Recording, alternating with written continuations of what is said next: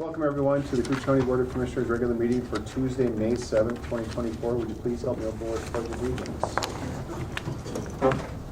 I pledge allegiance to the flag of the United States of America and to the republic for which it stands, one nation, under God, indivisible, with liberty and justice for all.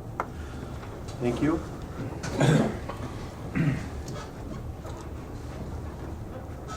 First item of business is to approve the proposed agenda with additions and or deletions. We really have no additions. We have a letter of support for KCCTV that was typed up here, so we have that in front of us, but it was on the agenda, so just note that. So I would accept a motion to approve the agenda as presented. I'll make the motion. Thank you, Commissioner Roach. I'll second. Thank you, Commissioner Hill. Any discussion on the agenda? Hearing none, I'll call the question. All those in favor signify by saying aye. Aye. Aye. Opposed? And motion carries. Thank you. Next up is to approve the minutes from the April 23rd, 2024 regular meeting. The only thing to note here is in the packets under members or others in attendance. What went out in the packet, those persons were not included, but they are here in our updated copy of that. So, and no other changes otherwise? Okay. So I chair would accept the motion to approve the minutes. I'll make the motion. Thank you, Commissioner McIntyre. I'll second. Thank you, Commissioner Roach. Any discussion on the minutes? Hearing none, I'll call the question. All those in favor signify by saying aye. Aye. Aye. Opposed? And motion carries. Next up is financial business. Chair would accept the motion for items A, B, C, and D, which is item A is approved April summarized payment listing. B is approved April payroll and ACH vendor payments. C is approved courthouse claims, and D is approved highway claims. Make the motion. Thank you, Commissioner Roach. I'll second. Thank you, Commissioner McIntyre. Any discussion on the claims? Hearing now, I'll call the question. All those in favor signify by saying aye. Aye. Aye. Opposed? And motion carries. Next up is to consider approval for a letter of support for KCCTV. And we have Ms. Lundin here to speak on behalf of KCCTV. Good morning. Good morning.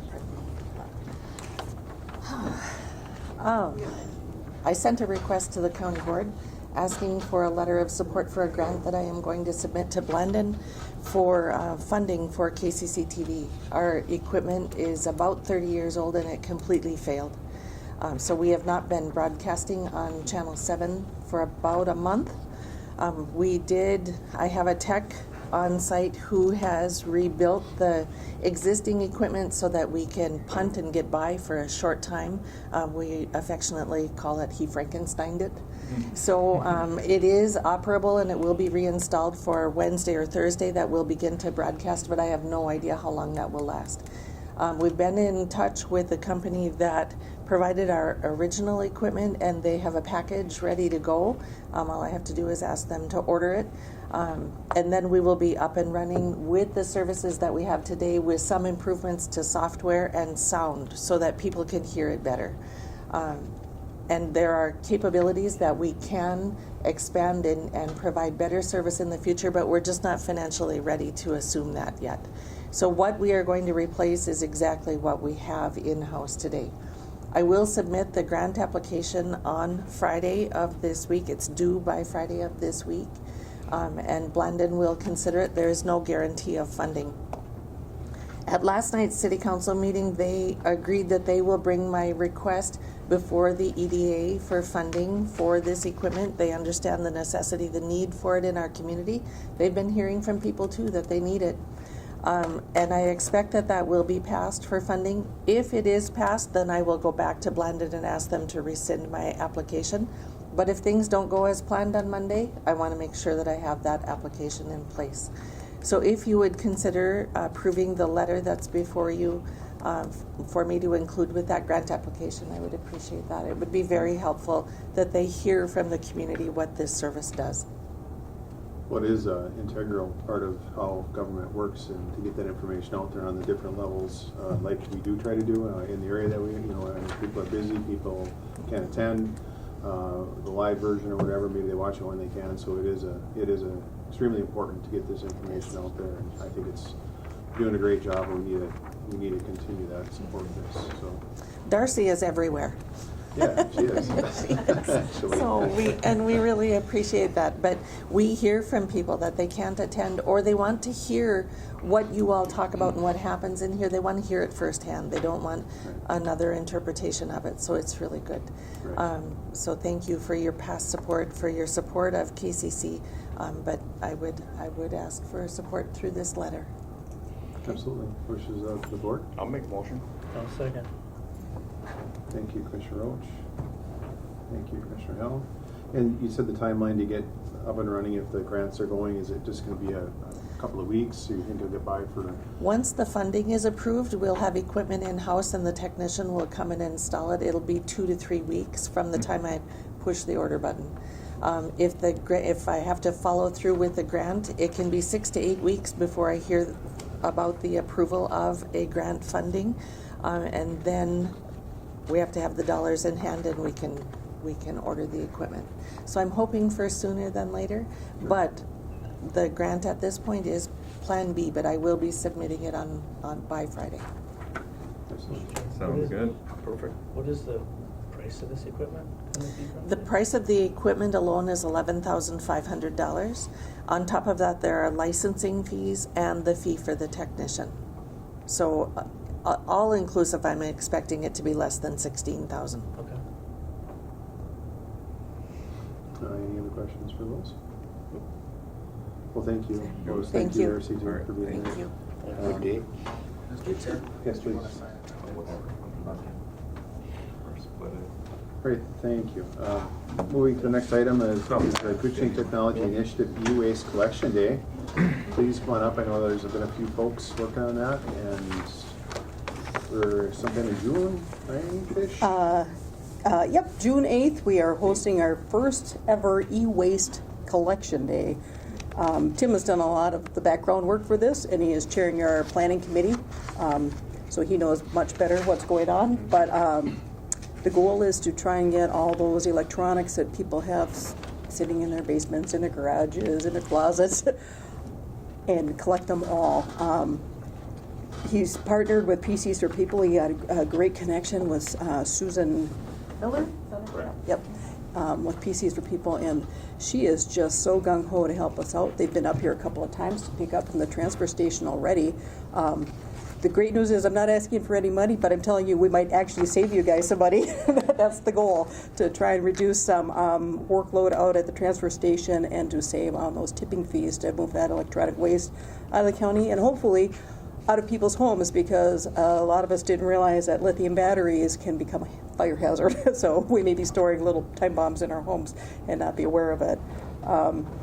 Yeah, so this is just our way of saying we're doing something really good, and the word is spreading. We have a pretty limited budget right now. We have a couple of pending grant applications out there, hopefully to step up our advertisement, get some better signage for the event. But we're moving forward whether we get the funding or not. That's right. We went to the city council and got permission to use Cary Park on that date, and they're donating it to us. This is just a good thing for the community as a whole. I don't expect to see a lot coming up from the southern corners of the county, but we are publicizing down there just in case people are interested in bringing it up. Yeah, absolutely. Yeah. And that's Cary Park, and so what types of waste you use? They are basically telling us anything that plugs in. Cell phones, coffee makers, so it's not just computers and monitors. The couple of limitations, but nothing with mercury, which we Googled yesterday to see, well, what has mercury? Basically anything with a timer in it that turns it off based on heat has mercury in it. So like old irons and things like that have an auto shut off. And no TVs over 55 inches because they're hard to manage. So Yes, please. Isn't there a hazardous waste collection day There are, around the county? there are Because two, I just seen a thing that's Yep. at Northland. And would it not be wise to coordinate so you can pick up e-waste in Northland and Birchdale and Lowman and places like that? Well, we can certainly give that a try. This is our first attempt at doing a public gathering. Yes, so there was some discussion with Wayne, when they were looking into this with TI. Excuse me. There was some discussion with Wayne, but to get the ball rolling, I think their decision was made to hold this first event, and we've been working with PCs for people to come to the transfer station. But household hazardous waste, is a different, WLSSD collects that, and but we haven't, this was just something brand new, and it could be implemented with our household hazardous waste day, but we haven't gotten that organized yet. Makes all the sense in the world to me. I mean, you don't expect people from Northland to drive up here with their TVs. Yep. It just makes all the sense in the world. If they've got hazardous waste, they've got e-waste, it comes to the same spot, whether it's two separate outfits or not, Sure. same day, same place. Yep. Well, as things move forward, maybe that'll be something that environmental services can take over. But this is a KTI initiative right now. It's new. We're giving it a try. It says Koochiching, right? It says Koochiching, correct? Yep. It's in the works. We've been talking about it and trying to figure out better ways to help people. And it's great that KTI is Yeah, moving I agree, forward with but this. it's just, it needs to happen. Yeah, it's a good thing. It's, Yeah, and I think the focus is to kind of keep it out of the landfills too. You know, Oh, 'cause, absolutely. You know, there's these PFAS. We're out of the ditches, right? Yeah, Yeah. side of the road, things like and that. you do it countywide. Yep. Yeah. And we needed to start somewhere.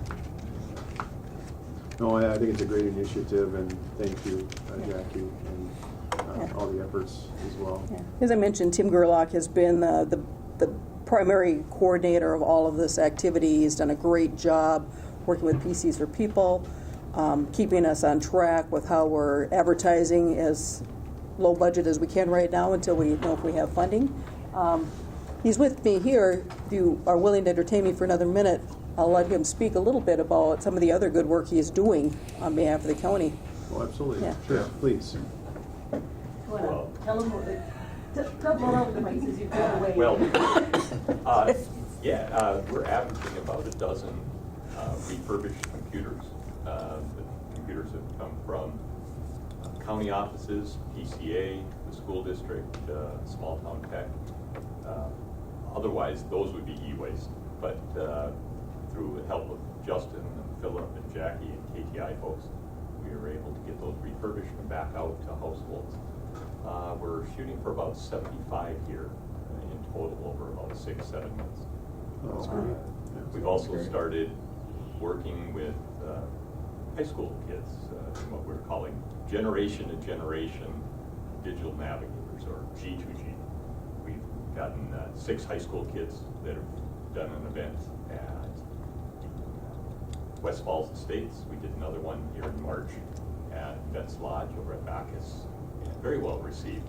And I think probably told you this before, that it's not just about the digital skills of computers. It's about getting the kids and the seniors of vets together, and some good things happen. Absolutely, yeah, that's a great program. I think that's part of the goals of the inclusion and digital inclusion, countywide too. I think that's a great deal, because not very many people are very skilled with some stuff to use. So that's awesome to see the kids doing that too. I really appreciate that. Surprisingly, sometimes the seniors are teaching the kids. Oh, yeah, absolutely. Wisdom in numbers, yes. Well, thanks for all your hard work. Yeah, absolutely. Thank you. Thanks. Anything else? Nope, that's it. We just wanted to bring this forward and make sure you were all aware. We are looking for more volunteers for the event day, so if you want to come and help. So it's June 8th, Cary Park, 9 to 1. 9 to 1. Yeah, 9 to we'll start 1. our setup Friday afternoon and be there early in the morning Saturday to make sure everything's organized first. All right, All sounds right, good. great. Thank you very much. Thank you. Thanks.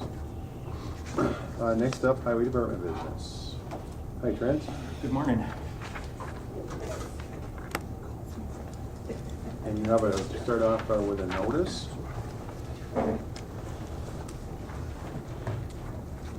All right.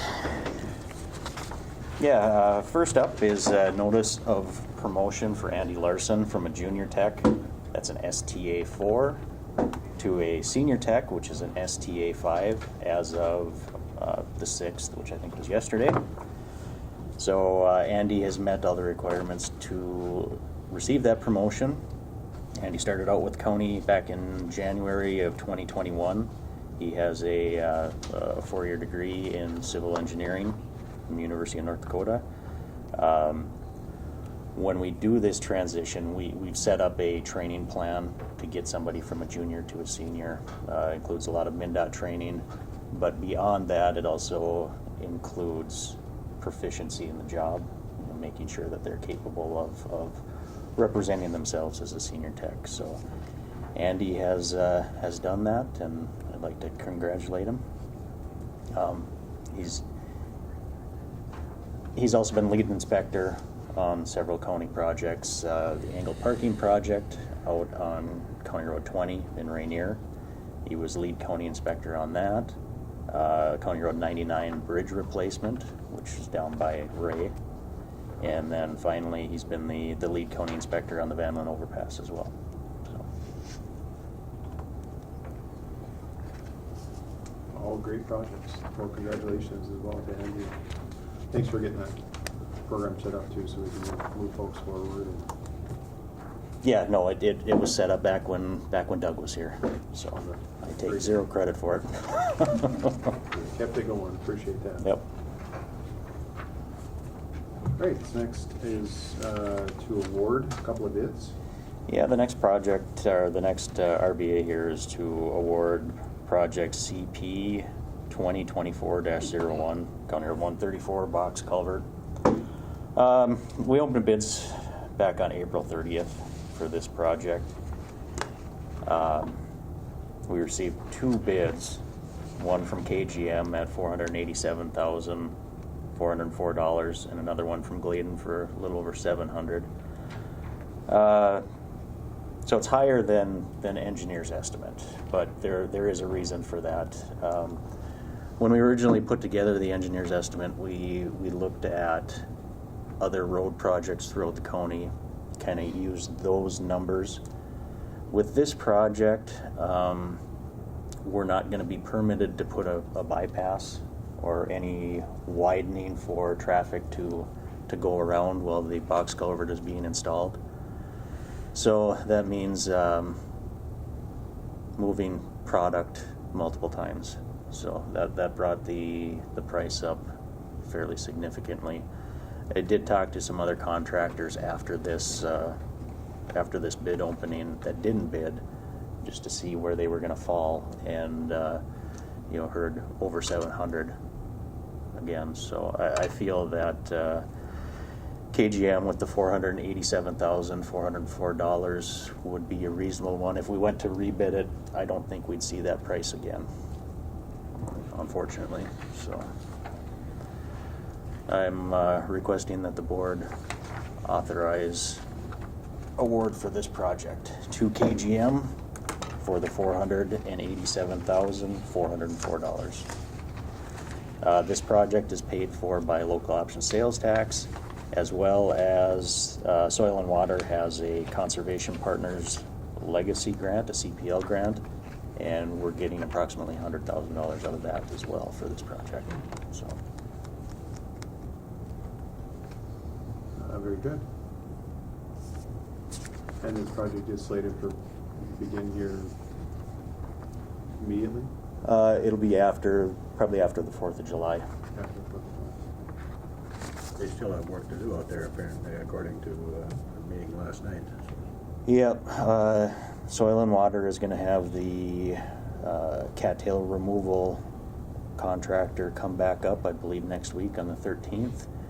They are going to finish the west side of County Road 134, and they're going to loop around to the east side and do some cleanup as well. bay's kind of messy there, and I think folks were expecting a little bit cleaner product. So, Great. Wishes of the board? I'll make the motion.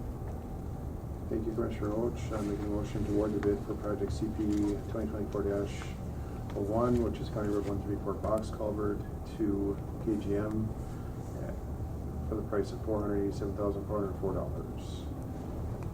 I'll second. Seconded by Commissioner Hill. Any further discussion? Anything else on that?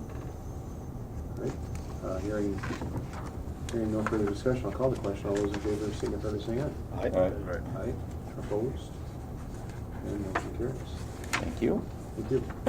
The final RBA is to award project SP 036 932 001. This is the Trunk Highway 53 332 roundabout. Open bids on April 23rd for this.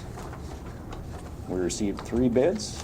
KGM came in low at $3,977,369.71. Uland and Gladen came in just over $4.1 million, so pretty close bids.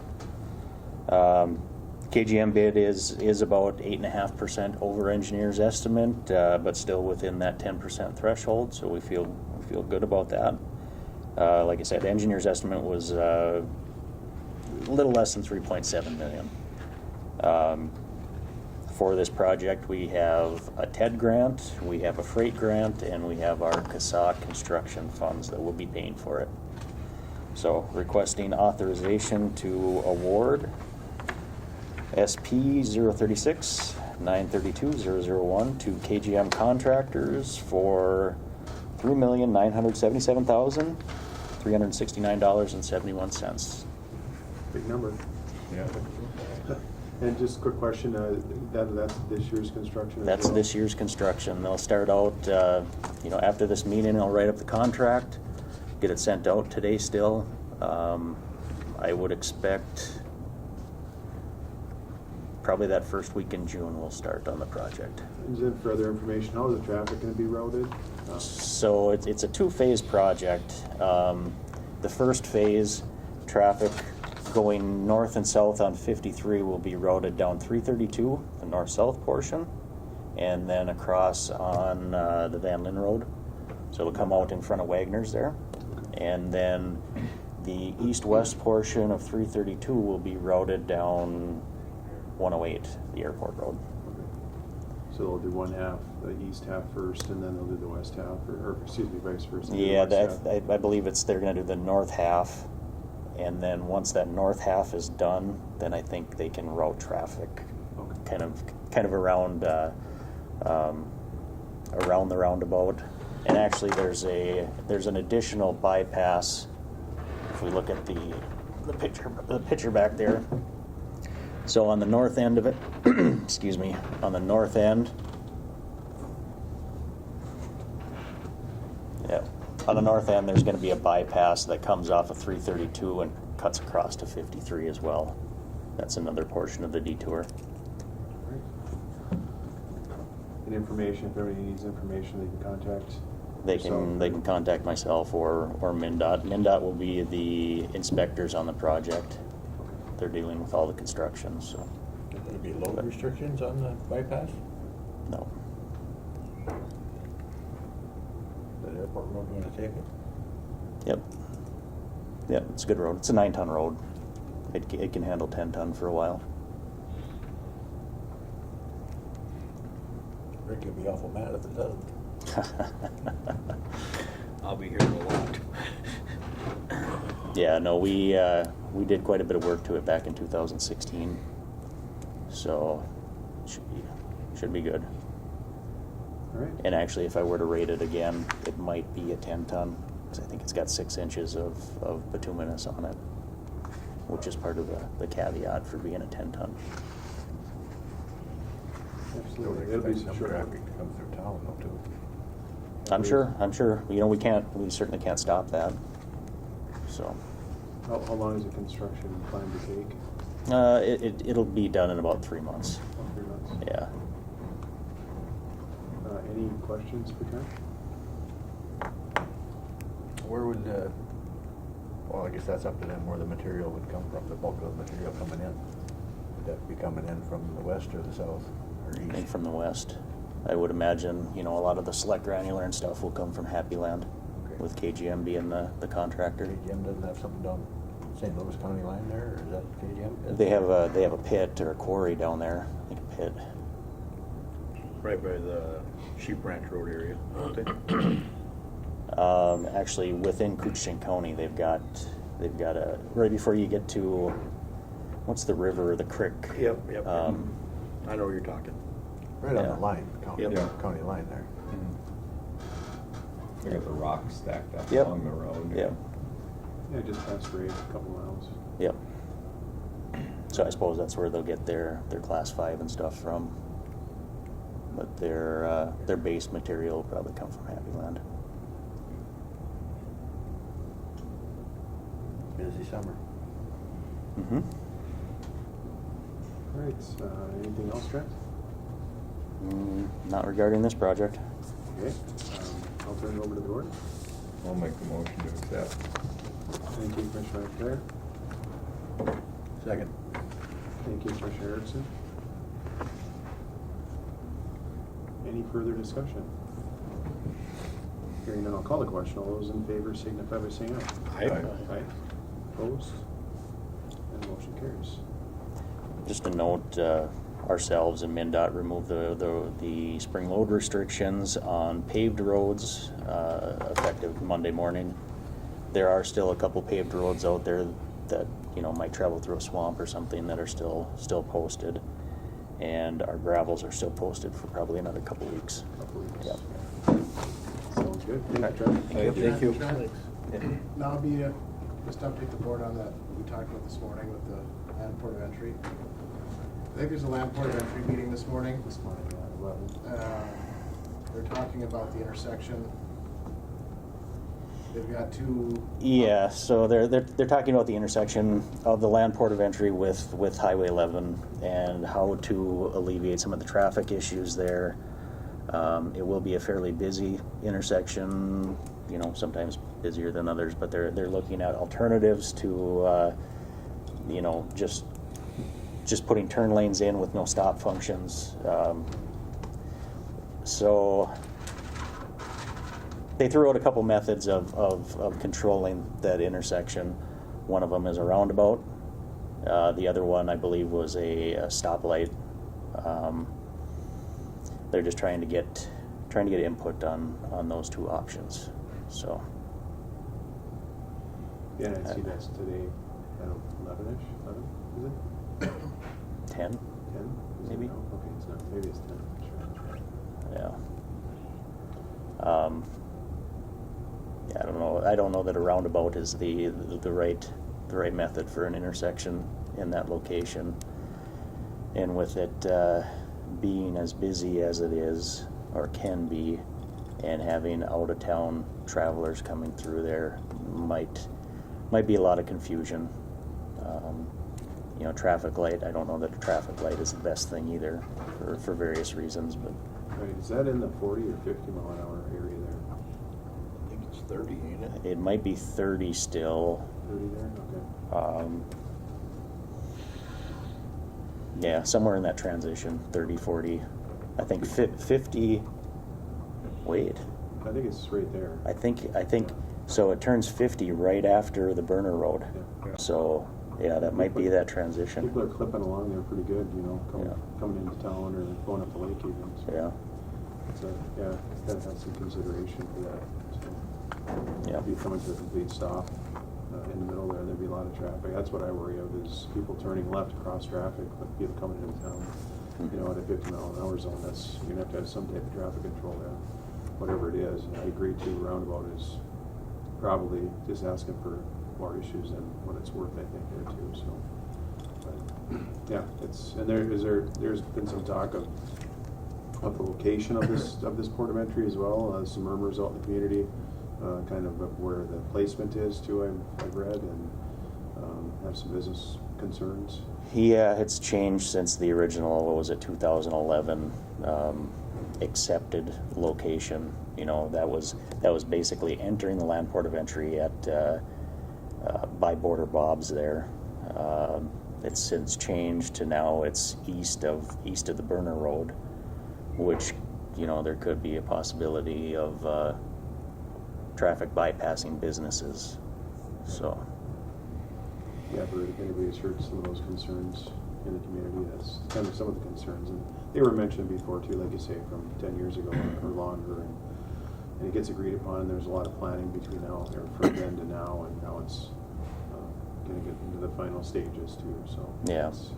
Yeah, the plan back in 2011, you know, that was a very high level, 30,000 foot view. And I think as they dove down, the logistics of having it in the same location just didn't work out. So. Right. All right. Are you gonna provide comment on the intersection thing? I can. I mean, yeah. I don't agree with the roundabout either, but I'm no engineer, so. Yeah, I can. Yeah, they'd have to do an intersection control study as well, just to validate any of those options. So. They incorporate a holding area, for lack of a better term, to get the traffic off of the highway. But, you know, I don't know, are the lineups still as bad as they used to be on opening of fishing and whatnot? Yeah, they get bad. But I mean, they could, you know, you would think. They've got Well, about then- a half a mile of holding area. Once you turn into the land port of entry, it's about a half a mile from there to the bridge. So you have about a half a mile of holding, and they looked at, it was one lane originally, they talked about expanding it to 2 lanes, so you can double traffic up. So, you know, that long line we see every weekend might only happen, I don't know, once in a while, 4 or 5 times a year instead of every weekend all summer, is the hope. Actually, if they doubled it up, you might be able to get rid of a lot of it, because you basically add another half a mile. So that would bring you from where the new land port of entry is right now out to about the bridge. From I the think one- that's about a half a mile of capacity there. So you'd essentially bring that inside the land port of entry. The inspection, the new inspection station is right out there by the Burner Road, isn't it? According to the plans, or is it? Mm-hmm. So, I mean, yeah, they eliminated that half mile then, right? You can't, because they can't drive past that until they're inspected. When you're coming back into the U.S., but as you're going over into Canada, you know, you don't get inspected until you're in Canada. Yeah, okay.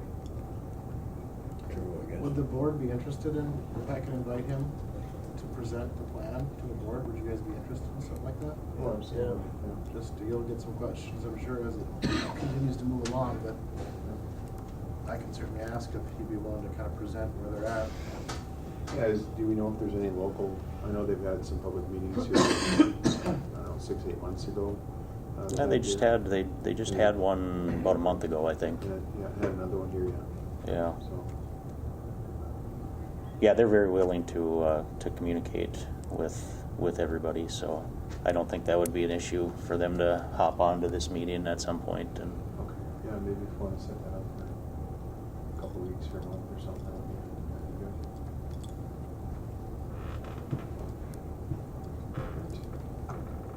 Any other questions for Trent while he's here? Sounds good, thanks. Okay, thank you. thank you. Hey, Matt. Hey.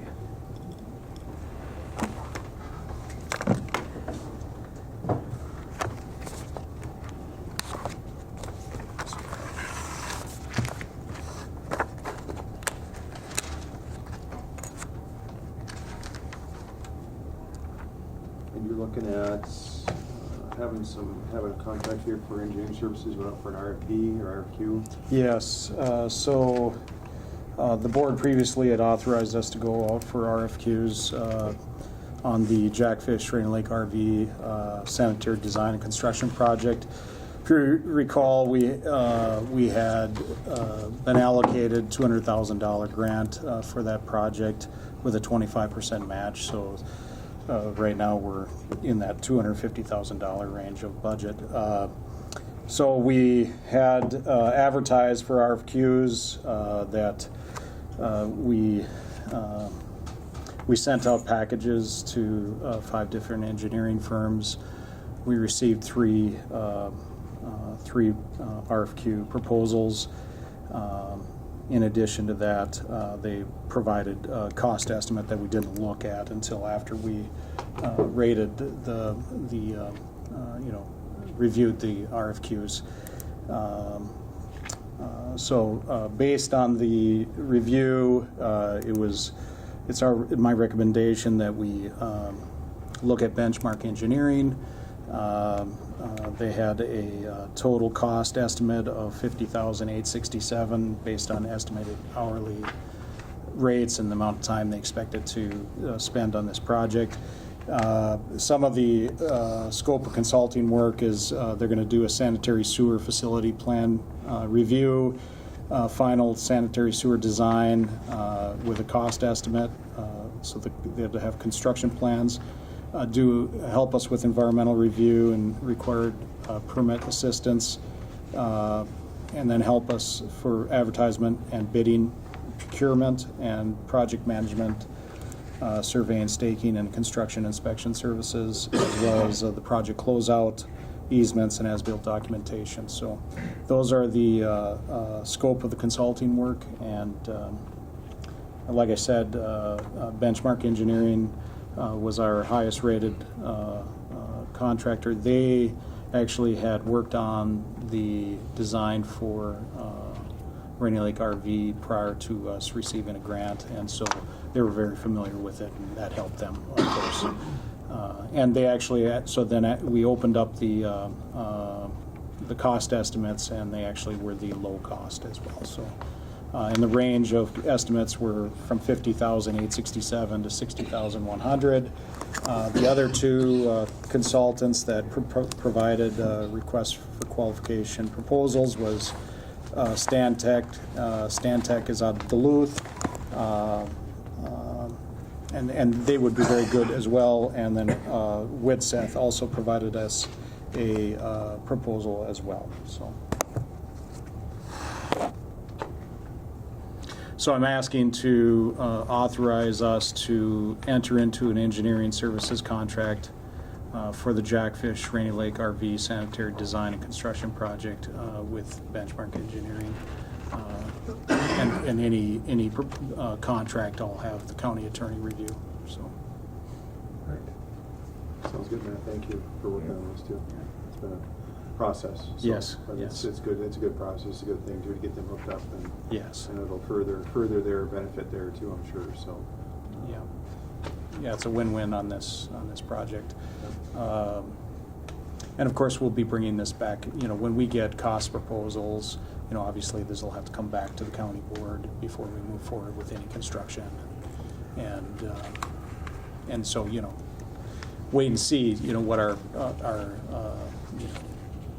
prices are once we get to that point. Right, and know too that there is a grant there for a couple $100,000 that's going to help. That's correct. Paying for this too. I know we've already, I think, agreed to contribute the $25,000 of our share of that cost. $50,000. $50,000 of that cost to this project too. So that's the 25% there, and then we'll see where the bids come in at too. So Yep. we know this is the first step. Yes. Okay. They're gonna have a holding tank? So. Or a small holding tank or something? So the proposed preliminary design includes about 1,200 feet of pressurized sewer, 2 duplex grinder stations that'll connect the 43 RV sites. But again, that's subject to looking at the design and making some final determinations. And so we'll wait and see till the final design comes to us. But I expect that's what it'll look like that. They have to directionally drill from County Road 133 if that's the way this design ends up, but that's our expectation. There's an existing 3-inch line there. They'll have to connect to that, and then directionally drill, like I said, about 1,200 feet of line and get to the site, and then install those grinder stations and make those connections. So. And the owner of the property will be subject to a connection fee with the sewer district, so they'll pay an amount that will be determined at a later date here. So the first thing is we got to get to what our costs are going to be for the construction, and that'll answer a lot of questions. But their connection fee will be based on equivalent dwelling unit calculations, and we'll work through that process as we move forward with the project. That sounds good. You've been in contact with the owner, I'm sure? I have had conversations. I haven't spoken to him about this. I just wanted to bring it to the board first, and then I'll probably give him a call this afternoon after board action here today. All right, sounds good. Wishes of the board. I'll make a motion. Thank you, Commissioner Hell, this time. Seconded by Commissioner Roach. Is for Environmental Service Director to accept the Rainick RV Sanitary Design Construction Project and Engineering Services Contract to Benchmark Engineering. Any further discussion? Anything else on that, Matt? No, thank you. Okay, all right. He's basically the last one to get hooked up the lake, isn't he? Well, so in the Island View area, we have County Road 96, we have Whispering Pine, areas in County Road 96, areas in Whispering Pines, as well as in our Voyageurs National Park Joint Powers Board comprehensive plan. We also include the islands as part of our comprehensive plan. And of course, we haven't moved forward with any plans there yet, but it is in our comprehensive plan. So there's a whole lot more, potentially if funding becomes available. Okay. And what those solutions are, we're not 100% clear yet either. So Okay. yeah. But it's to solve the sewer issue, right? I mean, Yep. Clean water. We've extended sanitary sewer to the Jackfish area. We've extended to Island View, to Voyageurs National Park, Rainy Lake Visitor Center, all the way out to Shea on Highway 11, which is an incredible amount of sanitary sewer and has been very beneficial to that area, to the benefit of the water quality out there, as well as a benefit to the residents. So and when you receive grant dollars to do that, I mean, in our last project, we received about 75% grant dollars, which is a huge amount of grants to help pay for that, and the residents pay the remainder on that project, and they're subject to the same connection fees that we talked about here earlier for this project, and so they each have to pay their own share of it based on providing the benefit, and that's how we finance and pay for these projects. So, Thank you. All right. Yep, sounds good. Great project. yeah. So, any further discussion? Questions? We have a first and a second. If there's no other discussion, I'll call the question. All those in favor signify by saying aye. Aye. Aye. Opposed? And motion carries. Thank you. Thank you, Max. Thanks.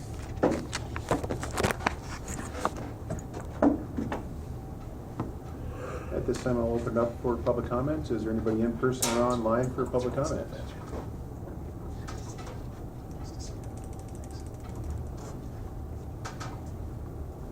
Okay, no public comments. We have any other business? No, just some information there. I know the first one there is the letter from Sanford regarding home care and hospice. Yep. And they are moving forward with trying to expand to meet the need by hiring staff. So I know we had requested them to come meet with the board, but they've kind of agreed to expand, so I'll just ask them to keep us informed. Absolutely. Going forward. Appreciate you looking into that too for us too. I mean, Yep. we've attended a couple of those meetings, and the group that's involved has been instrumental as well in this too. So really appreciate everybody's efforts. Yeah, that's good news. Absolutely for us. Yeah, that's a big deal around here. It's tough getting the services. So everything else.